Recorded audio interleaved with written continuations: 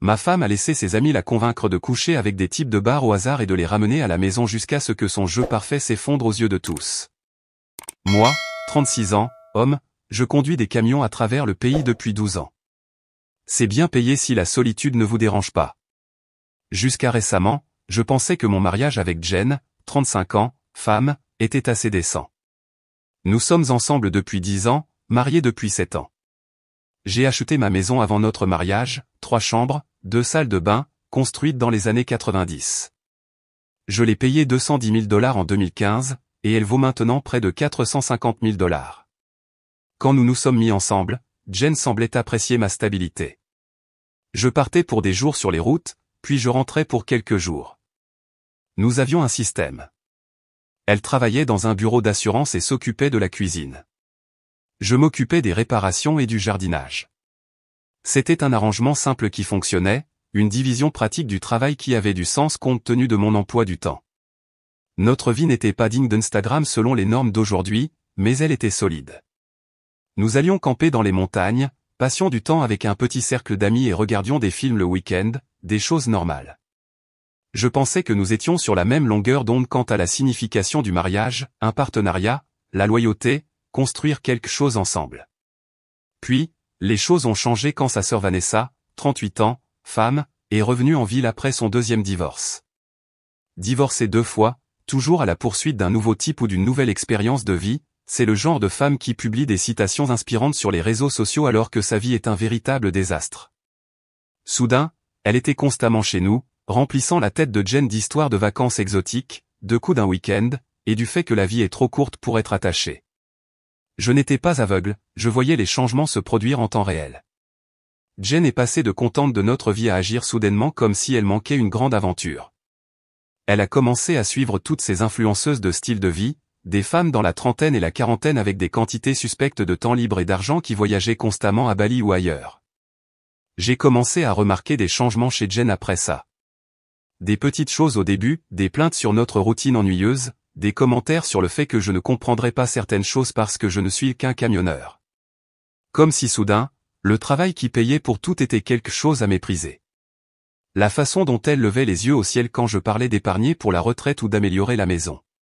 Elle a commencé à faire ces commentaires étranges sur d'autres couples que nous connaissions, du genre « Savais-tu que Mike et Sarah sont en thérapie ?» Apparemment, ils travaillent sur des problèmes de compatibilité sexuelle, lançant ces petites bombes pendant le dîner comme si c'était des sujets de conversation tout à fait normaux. Il y a 3 mois, elle a quitté son travail sans même en discuter avec moi.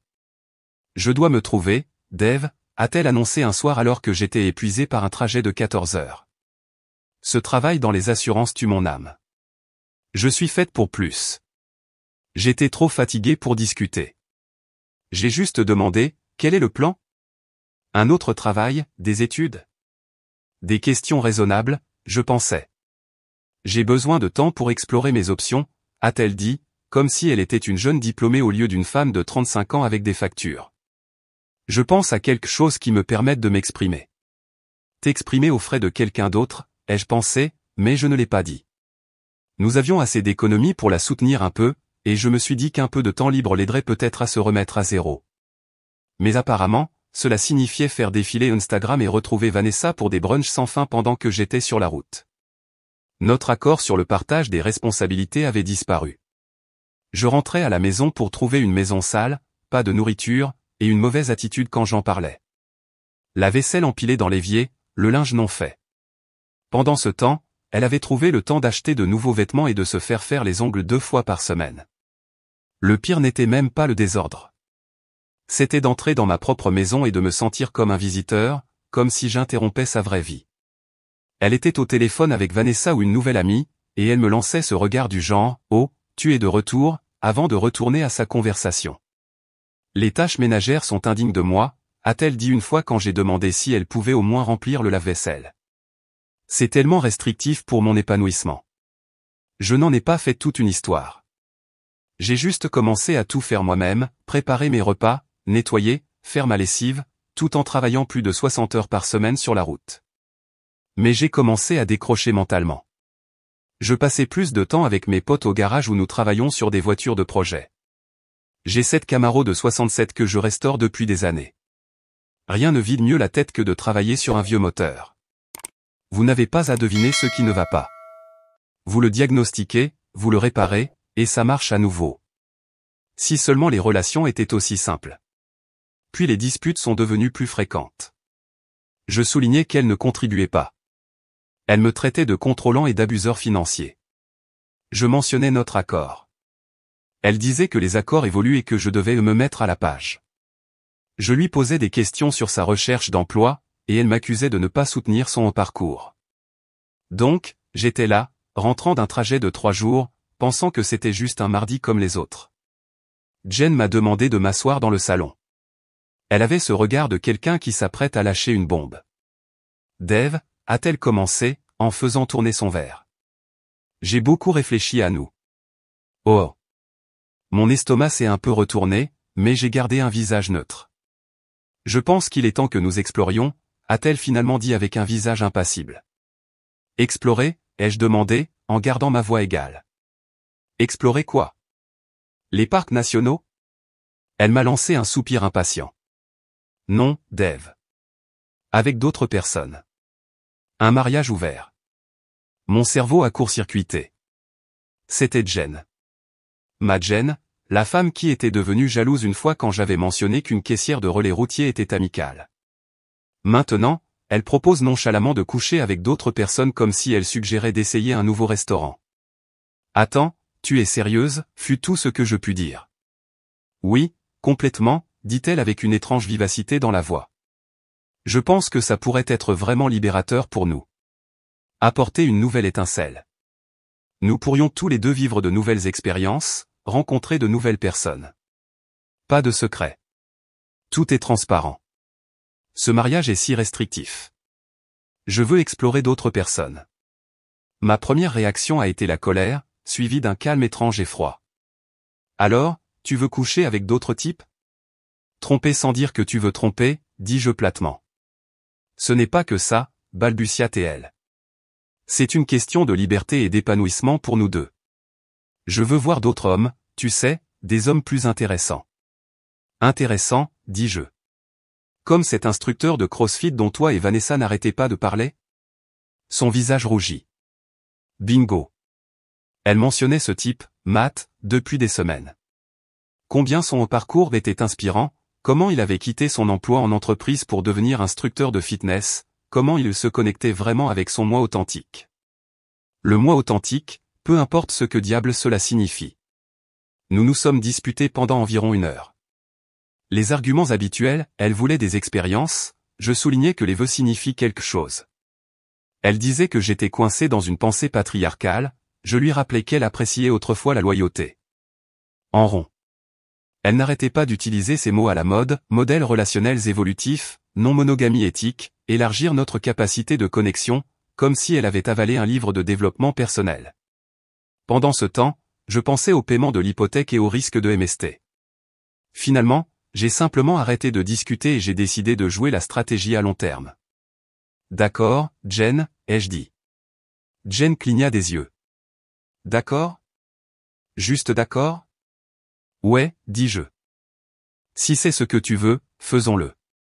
Elle avait l'air de quelqu'un qui s'était préparé pour une guerre et qui trouvait soudain l'ennemi en train de se rendre méfiante, mais soulagée. Laissez-la penser qu'elle avait gagné. Cela rendrait les prochaines étapes plus faciles.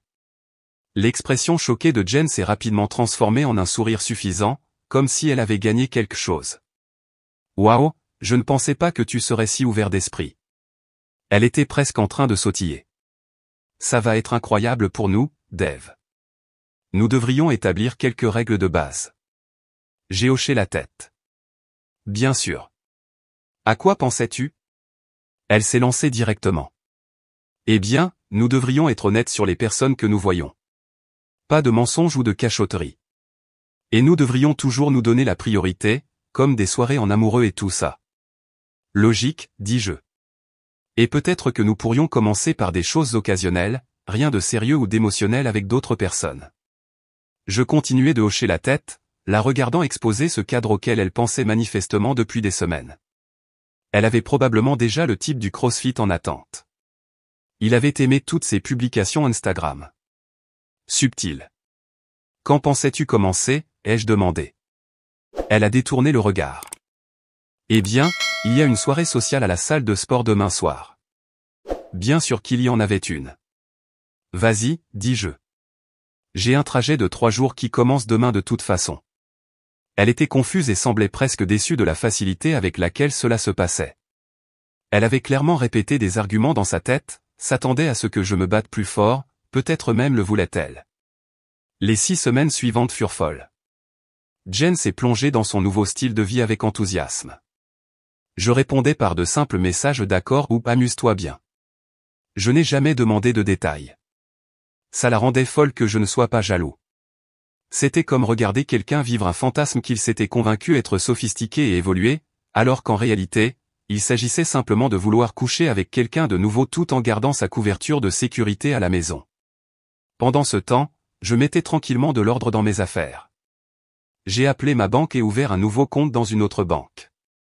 J'ai commencé à y transférer de petites sommes, rien de suspect, juste assez pour me constituer un filet de sécurité. J'ai documenté tout ce qui se passait dans notre mariage dans un fichier protégé par un mot de passe. J'ai pris rendez-vous avec un avocat spécialisé en divorce pendant l'un de mes plus longs trajets. J'ai également intensifié ma routine à la salle de sport.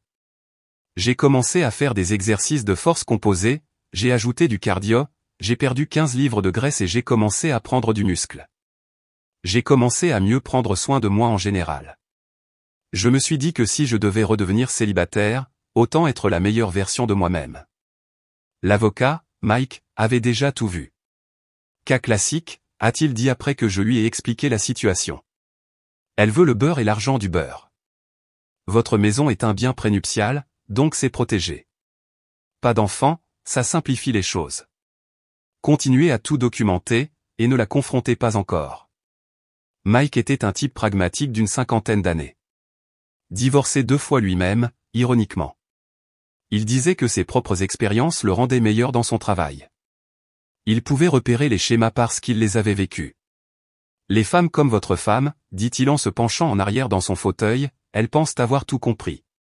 Elles pensent pouvoir avoir la liberté d'être célibataire avec la sécurité d'être mariée. Ça ne marche pas comme ça. J'ai suivi ses conseils, j'ai fait profil bas, j'ai laissé Jen s'amuser, et je me suis préparé tranquillement à l'inévitable. Environ 2 mois après le début de cet arrangement, l'autre chaussure est tombée. Il y a une voisine, Amanda, 35 ans, femme, qui vit à 2 portes de là. C'est le genre de prof de fitness canon, toujours en pantalon de yoga. Pendant des années, elle avait été trop amicale avec moi, selon Jen, qui avait fait des commentaires jaloux à ce sujet. Amanda venait parfois discuter avec moi quand je travaillais sur mon camion dans l'allée. Des choses simples, les voitures, les potins du quartier. J'avais toujours gardé ça strictement amical par respect pour mon mariage. Amanda était célibataire, sans enfant, et donnait des cours de fitness dans un studio du centre-ville. Un samedi, je changeais l'huile de mon camion quand Amanda est arrivée. « Salut voisin », dit-elle avec un sourire en coin, s'appuyant contre ma boîte à outils. Je ne t'ai pas beaucoup vu ces derniers temps. J'ai été beaucoup sur la route, dis-je en m'essuyant les mains sur un chiffon. Elle était belle. Débardeur, short, tout y était. Elle m'a souri, différemment d'avant, plus attentivement. Alors, j'ai entendu dire que toi et Jen aviez une sorte d'arrangement maintenant. J'ai levé les yeux vers elle. Où as-tu entendu ça? C'est un petit quartier. On a vu Jen plusieurs fois avec ce type. C'est assez évident ce qui se passe. Elle a haussé les épaules. Juste curieuse de savoir si ça va dans les 2 sens. Avant que je puisse répondre, la voiture de Jen est arrivée dans l'allée. Son visage quand elle a vu Amanda me parler était impayable de la pure panique. Elle a pratiquement couru vers nous. Dave, qu'est-ce qui se passe? Amanda a souri innocemment. Je dis juste bonjour à Dave, n'est-ce pas? Les yeux de Jen allaient de l'un à l'autre. Dave, je peux te parler à l'intérieur 1 minute. Dès que nous avons franchi la porte, elle a explosé. Qu'est-ce que c'était que ça, bordel? Toi et Amanda. On ne faisait que parler, dis-je calmement, comme nous le faisons depuis des années. Ne joue pas à l'idiot. Elle te déshabillait pratiquement du regard. J'ai haussé un sourcil. Et c'est un problème parce que c'est Amanda. La femme dont je te dis depuis des années qu'elle a un faible pour toi. Je me suis appuyé contre le comptoir. Je pensais que nous avions un mariage ouvert maintenant. N'est-ce pas ce que tu voulais explorer? Son visage a traversé environ 5 émotions différentes. C'est différent. Amanda est quelqu'un que nous voyons tout le temps. Ce serait bizarre et compliqué. Alors, ton instructeur de CrossFit ça va, mais ma voisine non? Intéressant. Ce n'est pas la même chose, a-t-elle insisté. Mathé, il est juste occasionnel. Pas d'émotion. Et tu sais qu'Amanda ne serait pas occasionnelle parce qu'elle a un faible pour toi depuis toujours. Elle en voudrait plus. Jen criait pratiquement maintenant. Je suis resté parfaitement calme. Donc, ton problème n'est pas que je puisse coucher avec quelqu'un d'autre. Ton problème est que ce pourrait être quelqu'un qui m'apprécie vraiment. Ce n'est pas ce que j'ai dit. C'est exactement ce que tu as dit, Jen. Tu es d'accord pour que j'aie des relations sexuelles sans lendemain avec des inconnus, mais Dieu m'en garde de me lier avec quelqu'un qui pourrait réellement se soucier de moi. La dispute a duré des heures. Sa position n'arrêtait pas de changer. D'abord, Amanda était interdite parce qu'elle était une voisine. Ensuite, parce qu'elle était elle et ennemie de Jen, une nouvelle pour moi. Puis, parce que les mariages ouverts devraient être consacrés à de nouvelles expériences, pas à de vieux béguins. J'ai fini par sortir et aller au garage. J'ai passé le reste de la journée à travailler sur ma voiture de projet. Ça m'a donné le temps de réfléchir. Les semaines suivantes furent tendues. Jen a continué son exploration avec Matt du CrossFit et apparemment un autre type qu'elle a rencontré dans un bar. Pendant ce temps, j'étais sous surveillance. Elle rentrait au hasard plus tôt quand j'étais en congé. Elle a commencé à vérifier mon téléphone quand elle pensait que je dormais. Elle a même essayé d'obtenir le mot de passe de ma nouvelle adresse email. Je ne lui ai rien donné à trouver, ce qui ne faisait que la rendre plus paranoïaque. Plus le coffre au trésor était vide, plus elle était convaincue que j'avais caché les vrais biens ailleurs. Projection classique. Elle était louche, donc évidemment je devais l'être aussi. Ma concentration s'est entièrement déplacée vers l'amélioration de moi-même. J'allais à la salle de sport 5 jours par semaine maintenant. J'ai commencé à lire des livres sur la finance et l'investissement pendant mes longs trajets. J'ai renoué avec de vieux amis que j'avais perdus de vue pendant mon mariage. J'avais de nouveau de vrais passe-temps. J'étais honnêtement dans la meilleure forme de ma vie, passé de 215 à 185 livres, soulevant plus de poids au développé couché que dans ma vingtaine. Il y a quelque chose de thérapeutique à pousser des poids lourds quand votre vie semble hors de contrôle. Vous ne pouvez pas réparer votre mariage? Au moins, vous pouvez ajouter une autre plaque sur la barre. L'avocat du divorce est devenu mon pote officieux. Je l'appelais pendant les longues étendues d'autoroute, le mettais au courant des derniers développements, et il me rappelait de maintenir le cap, tout documenter, ne pas engager le conflit, la laisser creuser sa propre tombe. Puis Amanda a fait monter les enchères. Elle m'a envoyé un texto un après-midi, je fais un petit barbecue ce week-end. Juste quelques voisins. Tu devrais passer. Jen aussi, bien sûr. J'ai montré le texto à Jen. J'ai cru qu'elle allait exploser. Nous n'irons pas, a-t-elle lancé sèchement. Elle essaie juste de se rapprocher de toi. Peut-être que j'ai envie d'y aller, dis-je doucement. De la bonne nourriture, des voisins, des choses sociales normales. Pendant que tu reluques Amanda dans son bikini. Je ne crois pas, non. Intéressant de voir que tu peux avoir de vrais rendez-vous avec d'autres hommes, mais que je ne peux pas assister à un barbecue de quartier. C'est différent, et tu le sais. Différent comment, exactement? Elle ne pouvait pas l'articuler sans admettre l'hypocrisie. Elle n'arrêtait pas de dire que c'était différent et que j'étais volontairement obtus. Je suis allé au barbecue quand même. Jen a refusé de venir. C'était exactement ce qu'Amanda avait dit, juste quelques voisins, de la bonne nourriture, des boissons, complètement innocents. Amanda et moi avons parlé, mais rien d'inapproprié ne s'est produit. L'un des autres voisins, ce type plus âgé nommé Frank qui était dans le quartier depuis toujours, m'a pris à part à un moment donné. J'ai entendu parler de ta situation, a-t-il dit en me tendant un verre. J'ai vécu quelque chose de similaire avec ma première femme en 92. Ces trucs de mariage ouvert ne se passent jamais comme prévu. Quelqu'un a toujours un agenda caché. Frank avait ce visage buriné qui avait tout vu. Vétéran du Vietnam, à la retraite maintenant, mais toujours bâti comme s'il pouvait se débrouiller. Le genre de type qui vous donnerait la chemise sur son dos mais n'hésiterait pas à vous dire quand vous faites l'idiot. Comment ça s'est terminé pour toi, ai-je demandé. Il a gloussé. Je l'ai surprise avec mon soi-disant meilleur ami. Il s'est avéré que la partie ouverte n'était que pour elle, pas pour moi. L'arnaque classique. Il a pris une gorgée de son verre. Je l'ai divorcé, j'ai perdu la maison parce que je ne savais pas mieux à l'époque. La meilleure chose qui me soit arrivée, cependant. J'ai épousé Hélène 6 ans plus tard, nous sommes ensemble depuis 30 ans maintenant. Quand je suis rentré à la maison, Jen attendait.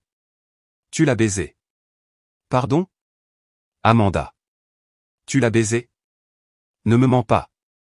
Attends, pourquoi est-ce que ce serait un problème pour toi? N'avons-nous pas ouvert notre mariage? Le problème, c'est Amanda. Ouais, bien sûr. Elle bouillait. Elle a vérifié mes vêtements pour du parfum. Qu'est-ce que tu fous, bordel? Sérieusement, en train de me renifler. L'ironie était si épaisse qu'on aurait pu la couper au couteau. Elle cherchait des preuves d'infidélité alors qu'elle avait des soupçons qu'elle ne prenait même pas la peine de cacher. Arrête de me mentir, bonté divine. Le lendemain, Vanessa est venue à la maison pendant que Jen était sortie avec un de ses types. Je passais juste par là. Dave, dit-elle en entrant sans attendre d'invitation, il faut qu'on parle. De quoi, demandai-je, sans prendre la peine de me lever du canapé. De ce que tu fais à Jen. Elle est au plus mal. J'ai carrément ri. Ce que je fais à Jen? C'est l'hôpital qui se moque de la charité. Elle voulait ouvrir la relation pour améliorer les choses entre vous deux, pour ajouter du piment. Pas pour que tu puisses courir après le premier bout de cul qui montre de l'intérêt. Intéressant. Vanessa s'assit sans y être invitée. Jen tient à toi. Elle essaie juste de se trouver. Dans le lit d'autres types. Ne sois pas grossier. C'était censé être une expérience de croissance mutuelle. Mutuelle, ai-je répété. Alors pourquoi est-ce un problème que je sois allé à un barbecue de quartier? Parce que tes intentions n'étaient pas pures. Tu essayais de blesser Jen. En mangeant un hamburger. Vanessa soupira de façon dramatique. Tu fais exprès d'être stupide. Jen sait qu'Amanda a un faible pour toi depuis des années. C'est irrespectueux. Et que Jen couche avec Matt du CrossFit, ce n'est pas irrespectueux. C'est différent. C'est juste physique. Il n'y a pas d'historique là. Les mêmes conneries, un messager différent. Je me suis levé. Vanessa, avec tout le respect que je vous dois, c'est-à-dire aucun, c'est entre moi et Jen. Vous l'avez encouragé à se trouver et à ouvrir notre mariage. Ne faites pas semblant d'être surpris si ça ne se passe pas exactement comme vous l'imaginiez. Ce soir-là, Jen a essayé une approche différente. Elle est rentrée à la maison vêtue de presque rien, a essayé de me séduire. Je n'étais pas intéressé. Qu'est-ce qui ne va pas, a-t-elle demandé. Je pensais qu'on pourrait se reconnecter. Je ne suis pas d'humeur, ai-je dit. C'est à cause d'elle, a-t-elle exigé, le jeu de séduction disparaissant instantanément. Non, c'est parce que je ne suis pas d'humeur. Tu me punis. J'ai accepté exactement ce que tu voulais. 4 mois après le début de notre mariage ouvert, je documentais tout, chaque dispute sur ses doubles standards, chaque fois qu'elle rentrait tard après avoir été avec un autre type, chaque dollar qu'elle dépensait de notre compte joint pour son nouveau style de vie, vêtements, dîner, chambre d'hôtel. J'avais une adresse email séparée qu'elle ne connaissait pas où je transférais toutes nos conversations par texto et des captures d'écran de ses réseaux sociaux où elle publiait des citations vagues sur le fait de se trouver et d'explorer de nouvelles connexions tout en se plaignant dans le même souffle de problèmes de confiance et de trahison émotionnelle en parlant de moi. La séparation mentale était complète. Je la regardais maintenant comme une étrangère. Il y a eu une nuit, environ 3 mois après le début, où je suis rentré plus tôt que prévu d'un trajet. Je suis entré pour trouver Jen et Vanessa assises à notre table de cuisine avec une bouteille d'eau gazeuse entre elles, planifiant ce qui ressemblait à mon exécution financière.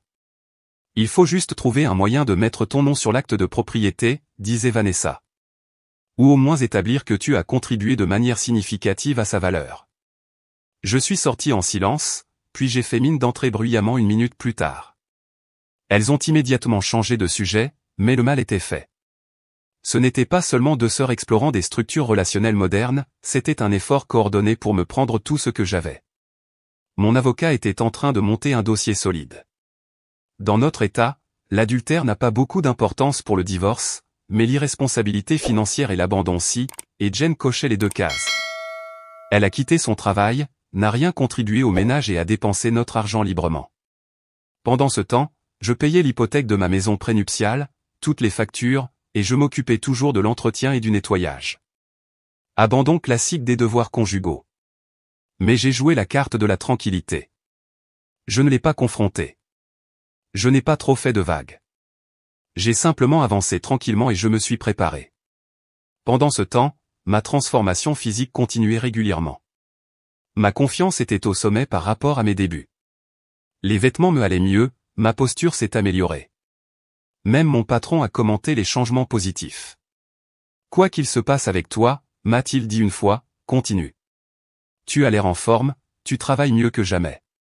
Amanda était devenue une alliée inattendue, pas sur le plan romantique, mais comme quelqu'un qui voyait clair dans le jeu de Jen. Elle était au café hier, m'a-t-elle envoyé par texto pendant un trajet vers Cincinnati, avec un type, agissant comme un couple. Puis elle a eu le culot de me lancer un regard noir quand elle m'a vu. Jen menait une double vie, l'épouse dévouée quand ça l'arrangeait, la fêtarde célibataire quand ça ne l'arrangeait pas.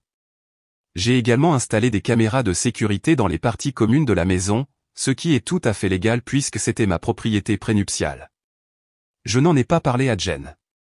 Elles l'ont filmé en train de ramener des types quand j'étais sur la route, quelque chose qu'elle avait spécifiquement dit qu'elle ne ferait pas à notre lit et notre espace, avait-elle prétendu en établissant les règles initiales. Cette règle ne s'appliquait apparemment qu'à moi. Les caméras l'ont également surprise en train de fouiller dans les tiroirs de mon bureau, de vérifier mon courrier, cherchant Dieu sait quoi. Des documents financiers, probablement. Des preuves de mes propres indiscrétions qu'elle pourrait utiliser contre moi. Je l'ai aussi entendu, elle et Vanessa, dire du mal de moi dans mon propre salon, planifiant comment me gérer, discutant de ce qu'elle ferait de la maison le moment venu, comme si elle serait un jour à elle. Il faut juste que je le garde pacifié jusqu'à ce que je trouve mon prochain coup, a dit Jen. Matt est amusant, mais il n'est pas vraiment du genre mari, et je dois être intelligente à propos de cette maison. Elle vaut une fortune maintenant avec le marché actuel. Elles ont ensuite discuté de la manière dont elle pourrait revendiquer une partie de la propriété de la maison bien qu'il s'agisse de mon bien prénuptial. Vanessa a suggéré de prétendre qu'elle avait contribué de manière significative à son entretien et à son amélioration, ce qui était risible étant donné qu'elle n'avait même jamais changé une ampoule. J'ai envoyé l'enregistrement à mon avocat. Il était ravi. C'est de l'or, a-t-il dit. Une preuve claire d'intention de fraude. Continuez d'enregistrer. C'est ce que j'ai fait. Chaque conversation, chaque dispute, chaque mensonge tout documenté, tout sauvegardé, tout envoyé à mon avocat. Pendant ce temps, ma stratégie de sortie prenait forme.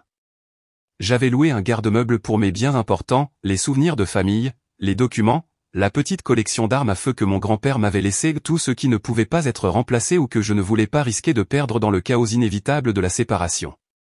J'ai transféré environ 60% de nos économies communes sur mon nouveau compte, pas assez pour être considéré comme une dissimulation d'actifs, mais assez pour m'assurer de ne pas me retrouver sur la paille si elle essayait de vider les comptes.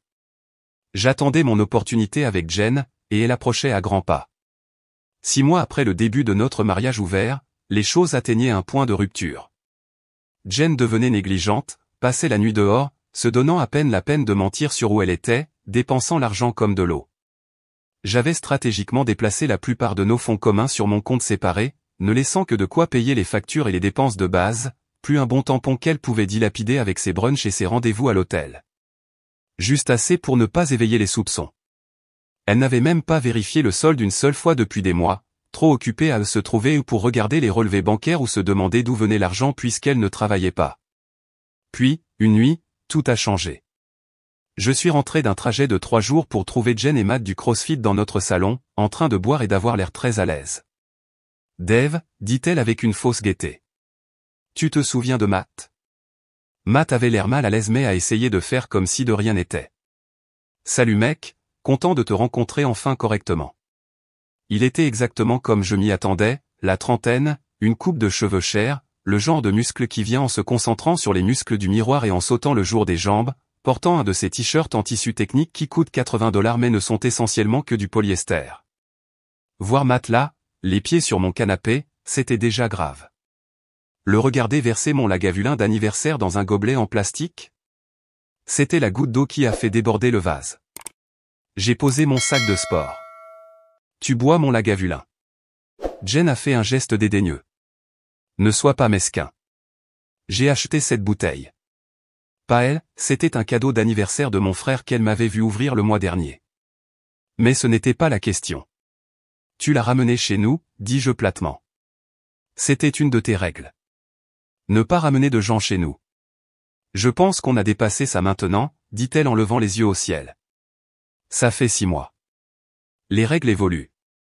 Comme elles ont évolué à propos d'Amanda. Matt regardait entre nous, sentant clairement la tension. Peut-être que je devrais y aller. Non, reste, insista Jen, posant sa main sur son bras. Dave fait juste son cinéma. C'est aussi ma maison. Quelque chose en moi a craqué à ce moment-là. J'en avais fini. En fait, dis-je calmement, ce n'est pas le cas. Pardon? Les yeux de Jen se rétrécirent. Cette maison n'est pas à toi. Elle ne l'a jamais été. Je l'ai achetée avant notre mariage. Tu n'as rien contribué à l'hypothèque, aux impôts ou à l'entretien. Légalement, tu es au mieux une locataire. Son visage rougit de colère. Comment oses-tu? Nous sommes mariés. Ce qui est à toi est à moi. Ce n'est pas comme ça que fonctionnent les biens prénuptiaux dans cet état, dis-je. Mais je suis sûr que Vanessa te l'a dit quand vous discutiez de la manière de prendre ma maison le moment venu. Le visage de Jen devint blanc. Matt avait l'air de vouloir disparaître à travers le sol. De quoi tu parles, balbutia-t-elle. Je vous ai entendu. Toi et Vanessa, planifiant votre prochain coup, discutant de la manière de revendiquer ma maison, me traitant d'imbécile. Tu m'espionnais, hurla-t-elle. Pas espionner. Protéger mes biens de quelqu'un qui a explicitement déclaré son intention de les prendre. Matt se leva. Je m'en vais. Ce n'est pas ce que tu avais dit, Jen. Elle l'ignora, se concentrant entièrement sur moi. Tu as tout planifié depuis le début. Accepter le mariage ouvert juste pour me piéger.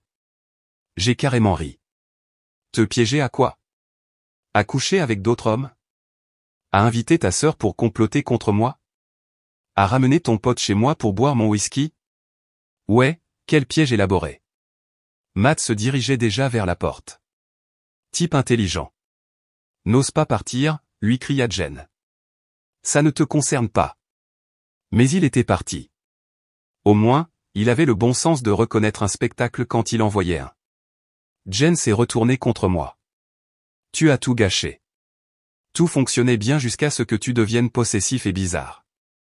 Fonctionnait bien pour qui, exactement? Tu peux t'envoyer en l'air pendant que je travaille 60 heures par semaine pour tout payer. Tu peux ramener des hommes chez moi alors que je ne peux même pas parler à une voisine sans être accusé de tricherie. C'est ta définition de fonctionner bien? Je n'ai jamais trompé. Nous avions un accord. Un accord que tu as changé unilatéralement quand ça t'arrangeait. Elle a essayé un autre angle, soudain les larmes aux yeux. J'avais juste besoin de me trouver, Dave. J'étais perdu. Il n'a jamais été question de ne plus t'aimer. Garde ça pour toi, dis-je. Je t'ai regardé et te trouvé pendant 6 mois. Il s'avère que ce que tu as trouvé, c'est que tu aimes coucher avec d'autres types tout en ayant un pourvoyeur stable à la maison. Eh bien, cet arrangement est terminé. Qu'est-ce que ça veut dire, demanda-t-elle, soudainement lasse. Ça veut dire que j'en ai fini. J'en ai fini depuis des mois. J'attendais juste le bon moment. Le bon moment pourquoi? Sa voix était devenue petite. Pour mettre fin à cette farce de mariage. Elle me fixa, puis son expression se durcit. Très bien. Si c'est ce que tu veux. Mais ne pense pas que je vais partir sans rien. Je connais mes droits. La moitié de cette maison est à moi, la moitié de ta pension, la moitié de tout. J'ai souri. On verra ça. J'ai dormi dans un motel cette nuit-là. Le matin, j'étais au téléphone avec mon avocat. C'est le moment, lui dis-je. Elle a ramené un de ces types chez moi, en train de boire mes affaires. Il était prêt. Les papiers étaient préparés, tout organisé pour maximiser ma position et minimiser ses prétentions. Je suis retourné à la maison pour prendre une autre tournée de vêtements avant de reprendre la route. Jen attendait comme si elle était restée debout toute la nuit, les yeux rouges, un chignon en désordre, et bien sûr, Vanessa qui rôdait à proximité comme son chien d'attaque personnel. Elles étaient soudainement très soucieuses d'être civilisées. Jen voulait parler des prochaines étapes. Apparemment, elle et Vanessa avaient déjà commencé à chercher des avocats spécialisés en divorce. Le plan était maintenant de le faire à l'amiable, leurs mots, pas les miens. Vanessa a eu le culot de suggérer que Jen méritait probablement au moins 60 ou 70% de tout puisque j'étais clairement celui qui rompait le contrat de mariage. Un pur délire sans aucune base légale. Mais elles ont toutes les deux hoché la tête comme si c'était une loi établie. Jen agissait comme si elle méritait une part de tout. Elle prétendait avoir contribué en étant présente, en apportant un soutien émotionnel. Tout le scénario. Vanessa a renchéri, disant que Jen avait été le pilier du foyer. Je n'ai même pas discuté. Inutile. La réalité était simple, elle ne nettoyait pas, ne travaillait pas, n'entretenait rien. Chaque fois que je rentrais d'un trajet, l'endroit ressemblait à une scène de crime. Je m'occupais du nettoyage, des factures, du jardin, de tout. Cite une chose que tu as faite au cours des 6 derniers mois, dis-je calmement, en fermant la fermeture éclair de mon sac. Silence. Elle ne pouvait pas nommer une seule chose utile qu'elle avait faite au cours des 6 derniers mois. Sa défense était le travail émotionnel et des absurdités vagues sur la présence et les ondes. Voici ce qui va se passer, dis-je. Je pars pour mon trajet prévu. Quand je reviendrai dans 3 jours, j'attends de toi que tu prennes des dispositions pour déménager. Quoi? Je ne vais nulle part, a déclaré Jen. C'est aussi ma maison. Ce n'est pas le cas, et je pense que les tribunaux seront d'accord avec moi. On verra ça, a dit Vanessa d'un air suffisant. Mon amie Rachel est avocate spécialisée en divorce. Les épouses obtiennent la moitié, quel que soit le nom sur l'acte de propriété. Ton amie Rachel a l'air d'être une avocate de merde, ai-je répondu. Mais, engagez-la. Ça devrait me faciliter la tâche. Je les ai laissées là, toutes deux convaincues d'avoir toutes les cartes en main. L'illusion était presque triste. 3 jours sur la route m'ont donné le temps de me préparer à ce qui allait arriver. Mon avocat a déposé la demande de divorce, détaillant l'abandon par Jen de ses devoirs conjugaux, son irresponsabilité financière et ses déclarations explicites d'intention de me frauder de mes biens prénuptiaux. Il a également demandé une audience d'urgence concernant l'occupation de la maison, utilisant les images de sécurité de Jen ramenant un autre homme à la maison comme preuve que sa présence continue serait préjudiciable au bien-être et à la propriété du demandeur. Quand je suis rentré de mon trajet, Jen et Vanessa attendaient avec un document à elle, une liste de demandes manuscrites. Dave reconnaît la propriété à 50% de la maison. Verse une pension alimentaire de $3000 par mois pendant 5 ans. Transfère 50% de son 401k à Jen. Couvre tous les frais juridiques de Jen. Fournit une assurance maladie à Jen pendant 3 ans après le divorce. C'est notre position de départ, a dit Vanessa comme si elle était une négociatrice de haut vol. Nous sommes prêtes à être raisonnables si vous l'êtes. J'ai parcouru la liste et je la leur ai rendue. Ouais, non. Comment ça, non, a demandé Jen. Ce n'est pas comme ça que ça marche, a lancé Vanessa, le visage rougissant. Tu penses pouvoir jeter Jen comme ça après qu'elle t'ait donné les meilleures années de sa vie? Tu es pathétique. En fait, c'est comme ça que ça marche. J'ai sorti ma propre enveloppe et l'ai tendue à Jen. Elle l'a ouverte, sa main tremblant légèrement en lisant. Son visage est passé de la confusion au choc puis à la fureur. C'est quoi ces conneries, a-t-elle exigé. Ce sont des mensonges. Ils sont tous documentés. Vous avez reçu l'assignation, dis-je calmement. Sa voix monta d'une octave. Tu m'as enregistré?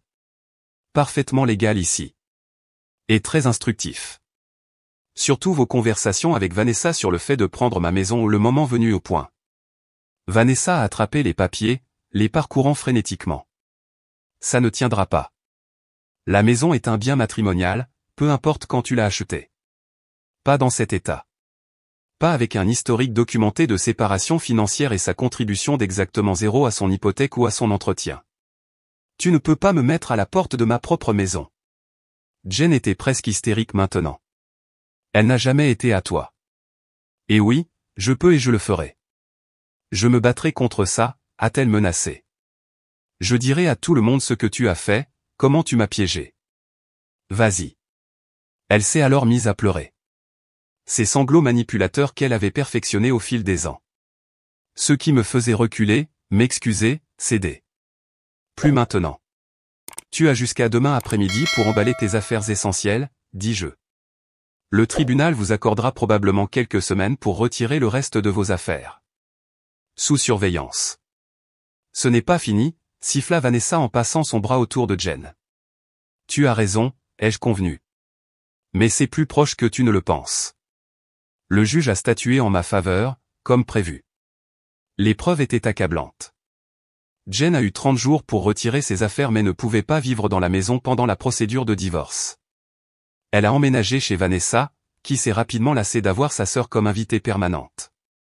Il s'avère que vivre avec quelqu'un qui ne contribue en rien n'est pas aussi amusant quand c'est vous qui payez la note. En 2 semaines, elle se disputait constamment. Mon avocat m'avait mis en contact avec un conseiller financier qui m'a aidé à protéger mes actifs pendant le divorce.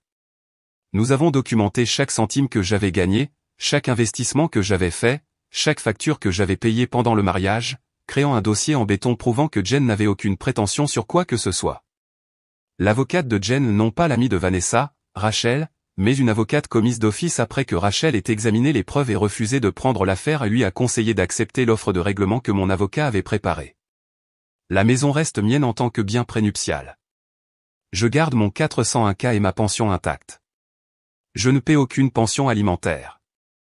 Elle garde sa voiture, qui était à son nom. Elle reçoit un paiement unique de $10 000 bien moins que ce qu'elle voulait, mais plus que ce qu'elle méritait. Elle s'y est opposée au début, toujours convaincue qu'elle pouvait obtenir la moitié de tout. Mais à mesure que les preuves s'accumulaient et que sa position s'affaiblissait, elle a finalement capitulé. Le divorce a été finalisé 4 mois plus tard. Le jour où elle est venue chercher le reste de ses affaires, elle a tenté un dernier coup de poker. Son maquillage était maculé. Elle avait l'air de ne pas avoir dormi depuis une semaine, et ses cheveux étaient dans ce chignon désordonné de « je suis en pleine dépression ». Vanessa l'avait apparemment mise à la porte. On disait qu'elle se disputait sans arrêt. Matt du CrossFit l'a ghosté. « Je t'aime toujours, Dave », a-t-elle dit, debout dans l'entrée de ce qui était redevenu fermement ma maison. On pourrait tout recommencer. J'ai appris ma leçon. Non, Jen. Ce n'est pas juste. J'ai fait une erreur. Au revoir, Jen, dis-je, en fermant la porte alors qu'elle partait. C'était il y a 6 mois. Le divorce est maintenant final. J'ai gardé tout ce qui comptait, ma maison, mon camion, ma dignité. J'ai croisé Amanda à la quincaillerie la semaine dernière. Nous avons pris un café après. Rien de sérieux, juste une conversation. Elle m'a demandé si j'étais prêt à sortir de nouveau avec quelqu'un. Je lui ai dit que je restais délibérément célibataire pour l'instant. La vie continue, meilleure qu'avant.